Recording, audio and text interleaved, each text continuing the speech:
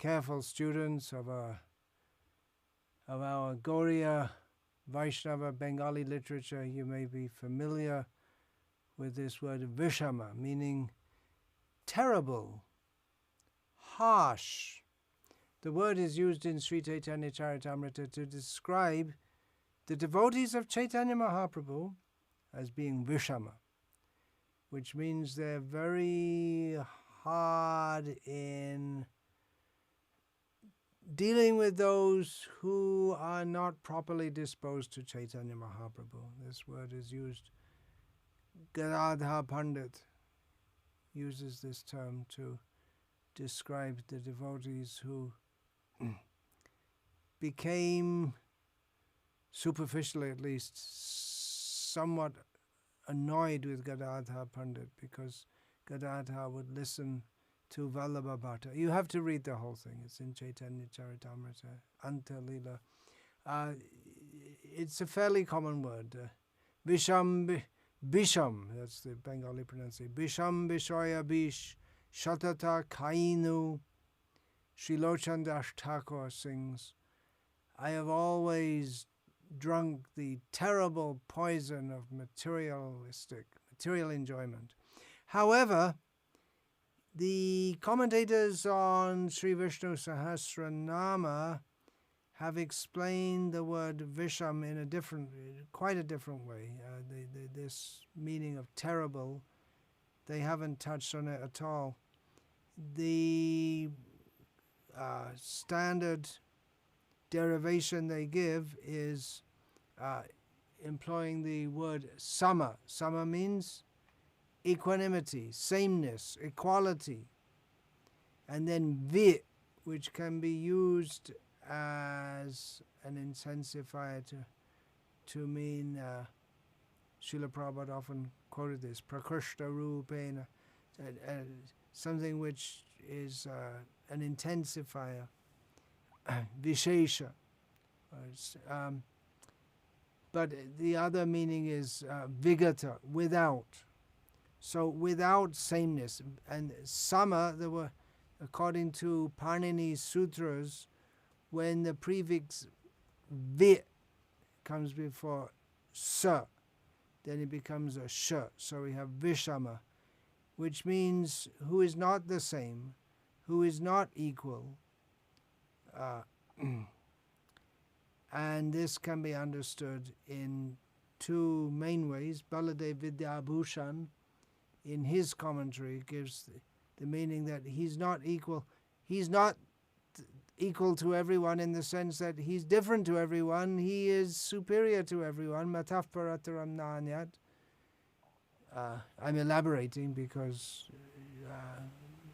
Baldev Vidyabhushan, he just gives mostly short notes in his commentary on Vishnu Sahasranama. So I'm fluffing out what he has said.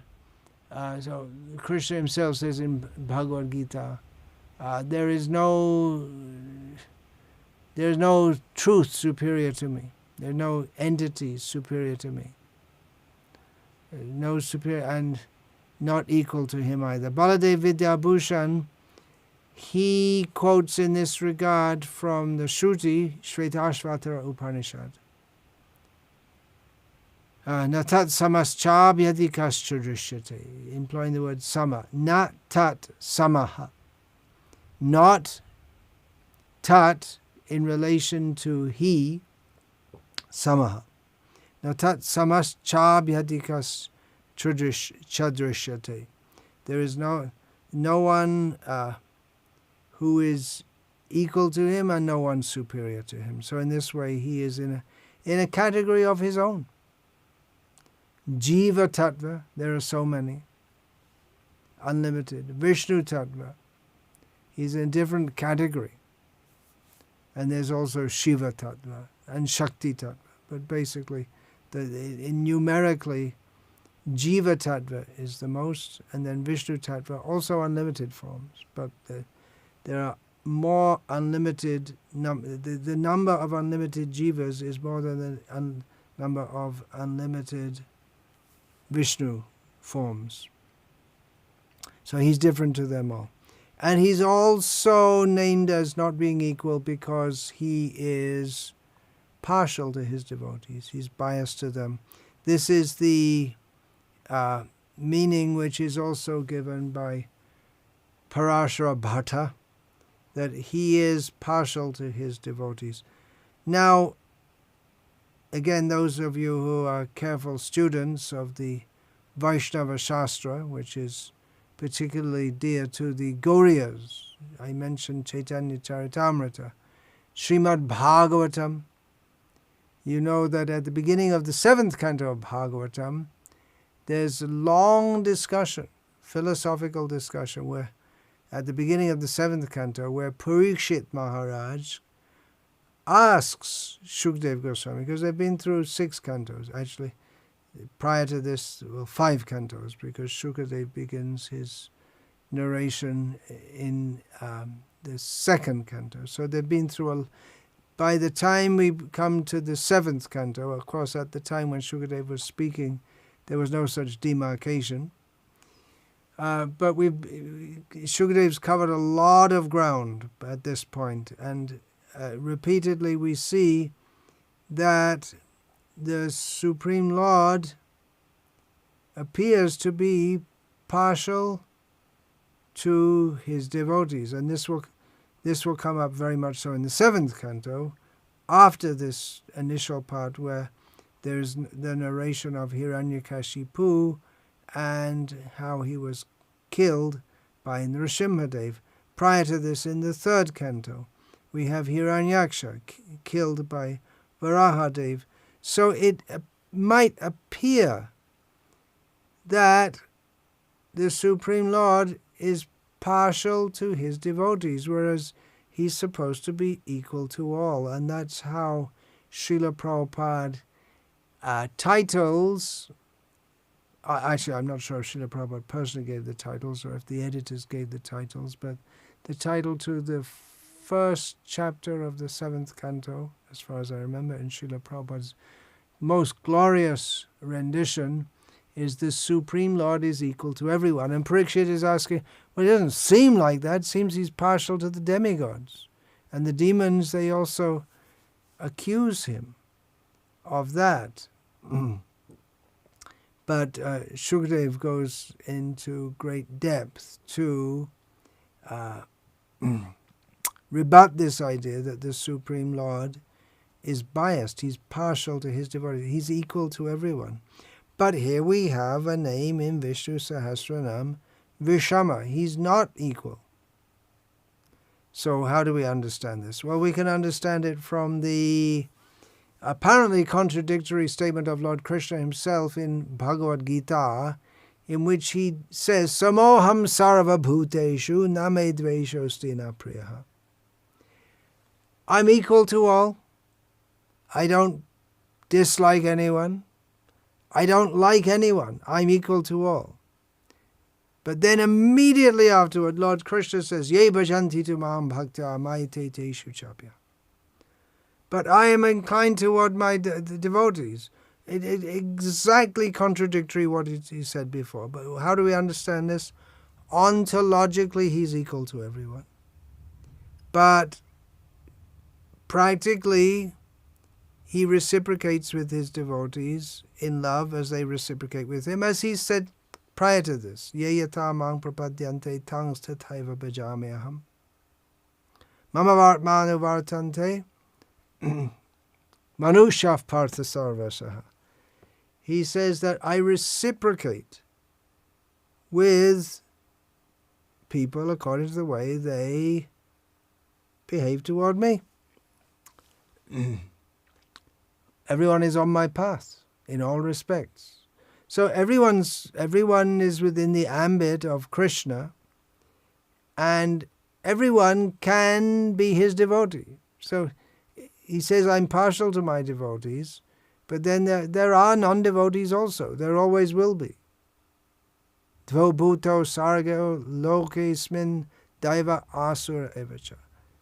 Within this world, there are devotionally minded people, and there are demons who are against Krishna.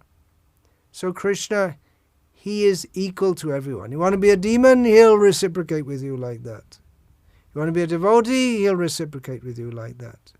He's not predisposed to hate anyone or love anyone, but as you behave, so he will reciprocate. So in that sense, he's equal and not equal also. So in this name, we are discussing how he is not equal. And Parashara Bhatta takes this up with the getting into this understanding of his not being equal, in the sense that he's unpredictable and even his acts may seem to be conflicting.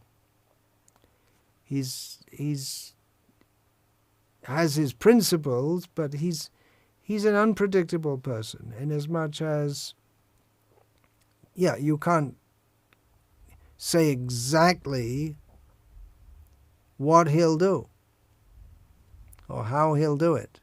Just like prior to the appearance of Narasimhadev from the pillar, it was predictable for those who know the science of God that he will protect Prahlad. But how he would do it, that was unimaginable. Now we know, after the appearance of Narasimhadev, how he appeared from the pillar in a half-lion, half-man form. Adbhuta Shringa. It's just absolutely wonderful, everything about him. Adbhuta. It's just never seen or imagined before. So that is a characteristic of the Supreme Lord, unpredictable. So in this way, not equal also. He's not within the avang manasa gochara. We can't properly describe him. We can't capture him in our mind and everything understood about Krishna. No, that's not possible. He's always astonishing, always amazing, always unpredictable. He's unequal in the way he behaves toward his devotees and toward the demons. But underlying that is equality, and on the surface it appears to be partiality. He's very kind and loving to his devotees, but he's Visham in the sense of being fearsome toward the non-devotees, and especially the offenders to his devotees. Sri Namarlava, or maybe I should say Tiru Namarlava, he gives some examples in one of his pasurams of how the Supreme Lord acts unpredictably, wonderfully, and non-equally, in the sense that as Arjuna's charioteer, he's only supposed to be a charioteer, but sometimes he would make the whole chariot, by Krishna, by his power, he would make the whole chariot go down into the earth, and then the arrows would fly over the head of Arjuna. That happened more than once. Or when Karna sent the most terrible weapon, which he could only... Then Krishna pressed the whole thing down, and Arjuna was saved in that way. And he also, Krishna, being the active principle of everything, Arjuna, the brilliant marksman, bowman, his arrows were flying out and they weren't missing. But that's because Krishna was the active force in those arrows and making them hit their targets without fail. In the clash between Arjuna and Jayadratha, the sun set, and Jayadratha, I'm saved. And Arjuna thought, oh no, now it's all over. Now the Kauravas were rejoicing. The Pandavas' side was, oh no, now Arjuna is finished. But Krishna told Arjuna, Krishna just went on driving the chariot forward toward Jayadratha. And everyone's wondering, what's going on? What's going on? And they relaxed because they thought, anyway, it's after dark now and Krishna can drive his chariot as much as he likes. But actually, it's Arjuna's chariot. He can drive it as much as he likes, but Arjuna's finished. And just when they approached, they came close to Jayadratha. Close means they're still a few miles away, but within arrow's reach, bow reach of Arjuna. Then Krishna showed what he'd done with his Sudarshan Chakra, was generally for giving light, but he'd blocked the light of the sun, so the sun hadn't set, and it was just an illusion created by Krishna, so the sun hadn't set, and Krishna told Arjuna, okay, shoot your arrow. Ooh, boom, and that was the end of Jayadratha. So that was partiality of Krishna. He made some arrangement whereby Arjuna could be successful. He didn't protect Jayadratha, not at all. He didn't protect Duryodhana, just the opposite. When I'm under the control of my devotees. Don't believe all that stuff they tell you, that I'm the Supreme Lord. Yeah, okay, I'm the Supreme Lord, but I'm under the control of the devotees. I'm not independent. Not independent means he independently acts for the good of his devotees, even though they don't ask him. Ambarish Maharaj didn't ask. He didn't pray, oh Krishna, save me from this demon which Durvasa Muni has unleashed on me. He didn't pray. Demon came to kill me. Okay, all right. Wasn't disturbed. Jivane Morane Gati Arnahima. Radha Krishna Pranamo Jugalakish. This is the thought of the devotee. Living, I'll worship Radha Krishna. They're my very life, the divine couple. If I have to die, I'll go on worshipping them. So what does it matter, living or dying? To devotee, it's all the same. That's advanced devotee. If we can actually be free from the fear of death with that confidence. But Krishna, even without being asked by his devotees, he will intercede on their behalf. Sometimes they have to ask, because just like Krishna was away he was after Shalva, he was busy with the Shalva who had attacked Dwarka.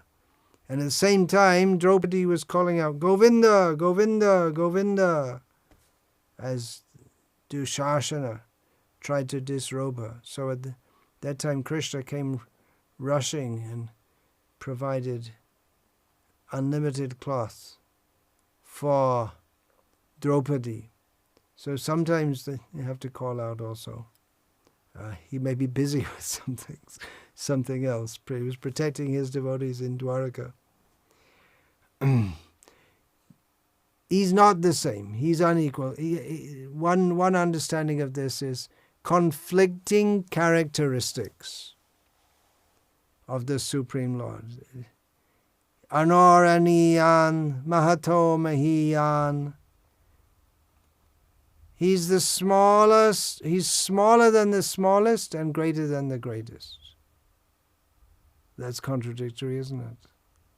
Smaller than the smallest, that can be understood as that, what is that, in Bhagavatam, Sukshmanam aham jiva. Exactly, I don't remember. Among subtle things, I am the jiva, Krishna says. Jiva is very small. So all the jivas, they're representations of Krishna. I know as the Paramatma, Andantarasta, he is situated within everything. So he's very, very small. And he's bigger than the biggest. He's very big and he's very small, simultaneously. He is Karanadakashai Vishnu, the massive form from whom all the universes emanate. And then he enters all the universes in the form of Kshira Dakashai Vishnu, one form of whose is within every atom.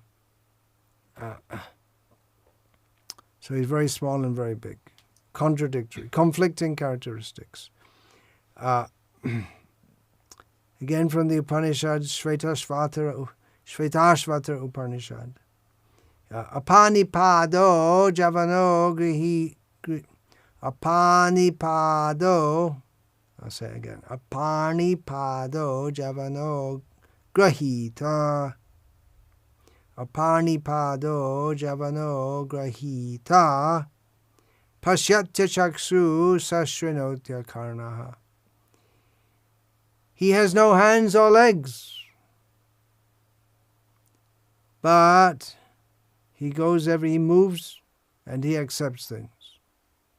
He sees, though he has no eyes. And he hears, although he has no ears. So this appears as conflicting characteristics. What does it mean? He doesn't have useless hands, eyes, legs, like we do. But his hands and legs are of a different quality altogether. So much that Sarvata Panipada, he who has no hands and legs, Sarvata Panipadam Tat. His hands and legs are everywhere. So you can't say his hands and legs are like your hands and legs or my hands and legs. Sarvata Panipadam Tat. Sarvatokshi Shiro Mokam. His eyes are everywhere. His heads are everywhere. So in this way, he certainly has hands and legs, but not like ours. From Brahma Samhita, Advaitam Achutam Anadim Ananta Rupam, Adyang Purana Purusham Navayovanam Cha. He is one, Advaitam, Ananta Rupam, but he has unlimited forms. One and many, conflicting characteristics. Anadim, Adyam, Purana Purusham. He's without beginning. He is the beginning before everything. He is the ancient person. And Navayovanam, fresh youth. Apparently conflicting characteristics. It means that he doesn't get old as we do. Vedeshu Durlabham, very hard to find in the Vedas. Adurlabham Atma Bhakto, but very easy to obtain for his devotees. So these are apparently conflicting characteristics of Govindamadi Purusham Tamaham Bhajami, the Supreme Lord Govinda, who Lord Brahma worships and we also worship, is another character. There are so many apparently conflicting characteristics. It's very sweet to think of and very inspiring to bhakti to think of. If we say this to the atheists, they'll do, we don't believe all these things. Of course, we believe in Schrodinger's cat, but we don't believe in the Supreme Lord having conflicting characteristics. Gopyadade tvai kritagasi damatavad yate dasashu kalilanjana sambrahma ksham vaktrang niniya bhaya bhavanaya stithasya samam vimohyati bhir api yad bhibeti. Kunti Rani is praying to Krishna. Krishna's right in front of her. She's saying to him, "My dear Krishna, Yashoda took up a rope to bind you when you committed an offense, and your perturbed eyes overflooded with tears which washed the mascara from your eyes, and you were afraid of a village woman. Although fear personified is afraid of you, this sight is bewildering to me." Devotees are bewildered at the conflicting characteristics of Krishna, happily bewildered. This is different from the bewilderment of identifying with the body and all the bewilderment which develops from there. This is high-level bewilderment. If we're going to be in illusion, let us be in the illusion of thinking of Krishna and just trying to juggle in our minds. But ultimately we don't juggle in our minds how he's great and he's small. We just accept achintya Shakti. That is the beginning of theism. Srila Jiva Goswami says to accept this, the Supreme Lord has unlimited potencies by which he can do anything. Then the more obvious understanding of asama, there is no equal to him. This is the meaning given by Shankaracharya. And samona asya vidyate svasarvalakshan. Sorry, let's try that again. I should have practiced before. Samona asya vidyate. I see, it's not broken up. Then we can do it. Samona asya vidyate sarva vilakshanatvat iti Vishamah. There, in all his characteristics, in someone who in all characteristics is not equal to others, is called Vishamah.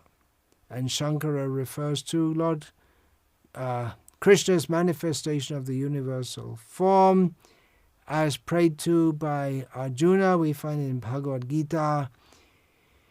Pitasi lokasya chara charasya tvamasya pujascha gurur gariyan natvat samostyabhyadika kutonyo lokatraye pyapratima prabhavaha. You hear that? Natvat samo. Natvat samaha.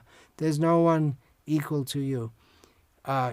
Srila Prabhupada's translation: you are the father of this complete cosmic manifestation of the moving and the non-moving. You are its worshipable chief, the supreme spiritual master. No one is equal to you. Natvat samaha.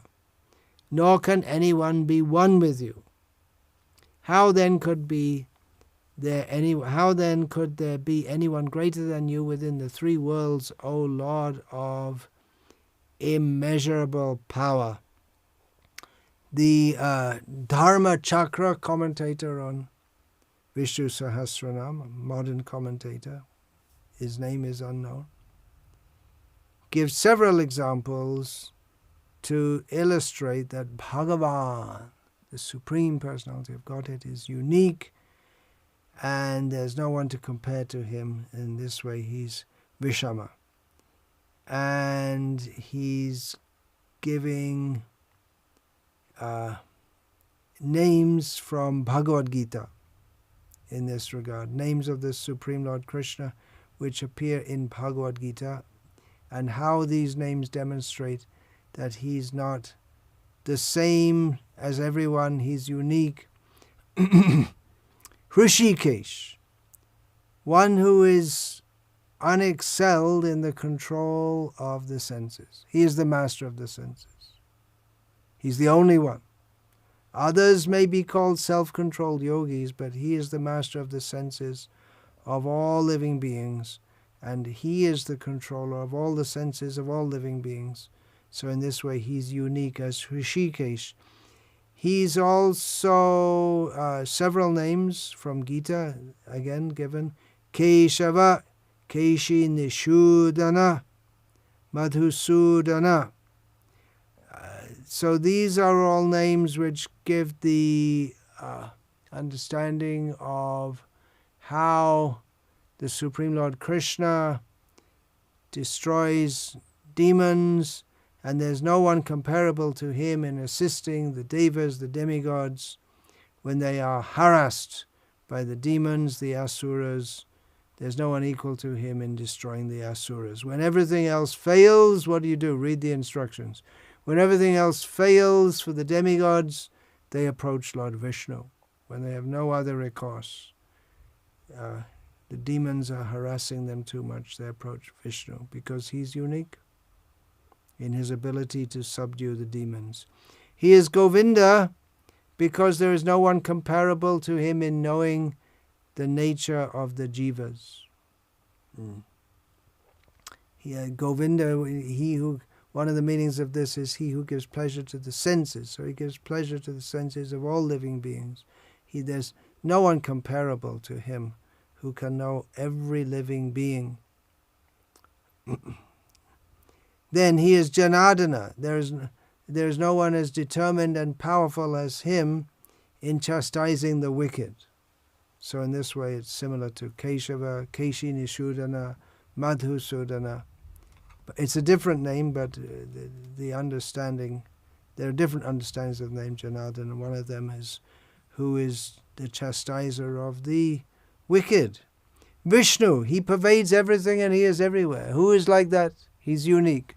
Well, it can be said that Lakshmi is also all-pervasive, but then she's non-different from him. So he's unique. Nothing can exist without him. Nothing can function without him. He's unique in that regard. You and I, who are we? Little beings. You could say that, well, in my business it can't function without me, but businessmen die, business owners die, and the businesses go on. Charles de Gaulle famously said that the graveyards are full of indispensable men. We think they're indispensable. Vishnu is the one who maintains everything, including the businesses. He is Yogeshwara, Yoga Vidam Neta, the best among the yogis and the leader of all those who follow the path of yoga. So, as Yogeshwara, he's the Lord of yoga. Yoga can mean the state of being joined with the Supreme, and it can mean the path to come to that stage. So he's the Lord of the perfectional stage of yoga, and he's the Lord of the yogis, the Yogeshwara, the master of the path of yoga. He is. And even there are many persons who are expert in practicing yoga, but he is Mahayogeshwara Harihi. He's superior to all of them, and he's the leader of those who know the path of yoga, Yoga Vidam Neta. Bhagavan, this name comes in Bhagavad Gita. He's unique in having Aishvaryasya Samagrasya Viryasya Yashasya Shreha Jnana Vairagya Yoshaiva Sannang Bhaga Itingena. He's unique in having all opulences in full. In full. Everyone has some wealth. Everyone has some wealth, some energy, some fame, some beauty, some knowledge, and some renunciation. But Bhagavan is the one who has these in full. He's the only one, incomparable, unique. Achyuta, he never slips from his vow, he never falls down from being Bhagavan. He doesn't let his devotees slip down. And these are just a few instances that show how the Supreme Lord is unique. Now, if you want to take a Rasic interpretation of all of these names, we could also find out that he's not the master of his senses because he becomes overpowered by the beauty of Srimati Radharani, for instance. And we can find contradictions to all of this, to all of these understandings of how he's unique, but that will only add to his being Vishamah, inasmuch as all contradictions are within him. So that either you take it one way, that he's unique in that his qualities are better than others, or you take it that there are so many inherent contradictions in him, he is Vishamah. Satyadevo Vashishta. Okay, those of you who are familiar with, or you've listened to some of these talks, you'll know. Now we're going to get a different understanding, completely different angle on it, on this name. Satyadeva Vashishta takes the name Vishamah to mean unequal, but then he applies that to the whole creation. Satyadeva Vashishta applies this quality that even within the creation, nothing is exactly the same, because of this quality of the Supreme Lord. Just like if we see the clouds in the sky, it's never the same exactly. And it's surprising how quickly the clouds in the sky can change to a different formation. It's changing all the time. That's just one example. No two children are exactly the same, even though born of the same parents. Even identical twins are not totally identical. There are no two things which are exactly the same. And we find thumbprint. No two thumbprints are the same. Eyes. No two eyes are the same. No two mentalities are the same. That's the influence of the Supreme Lord in his quality of not being equal, which he imbues to everything.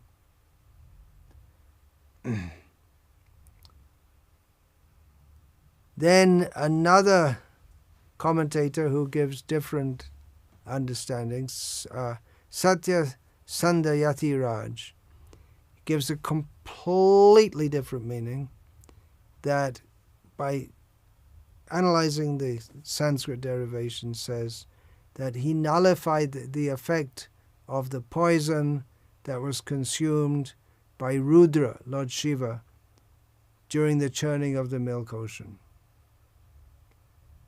So, wasn't that Shiva? Wasn't it Shiva? Shiva drank the poison. It was Shiva's power that he was able to consume the poison. But Satyasanda Yatiraj says, yeah, okay, but it was Vishnu acting that made that possible. Shiva, Shiva gets his Shivatvam. Bhaktivinoda Thakur sings this in one song. Shiva gets his state of being Shiva from Krishna, from Lord Vishnu. So that is the name Vishamah. Terrible name. Not equal to any others. Full of contradictions. Jai Shri Krishna. Jai Shri Vishnu Sahasranama. Hare Krishna, Hare Krishna. Krishna, Krishna, Hare Hare. Hare Rama, Hare Rama. Rama Rama, Hare Hare. Vancha kalpatarubhyascha kripa sindhubhya patitanam pavanebhyo Vaishnavebhyo Namo Namaha.